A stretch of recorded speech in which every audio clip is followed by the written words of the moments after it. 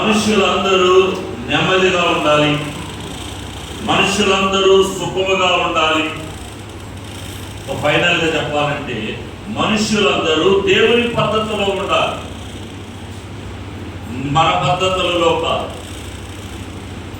మనుష్యులు దేవుని పద్ధతిలో ఉండాలి. అందుకు యేసుక్రీస్తు వారి లోకానికి వచ్చాడు. ఆయన మనలను ఉద్ధరించడానికి వచ్చాడు. దిగిపోయిన స్థానములో నుండి ఒక ఉన్నతమైన స్థానములో ఆయన మనలను ఉంచడానికి వచ్చాడు. దేవుడు తాను ఏది ఉద్దేశించాడో అది మనలో జరిగితే మనమెంతో ధన్యులు, లేకపోతే అధములమంతే. దేవుడు ఏమి ఉద్దేశించాడు ఆ ఉద్దేశము మనలో నెరవేర్చబడాలి. అందుకే సారి దైవ సన్నిధికి వస్తున్నా.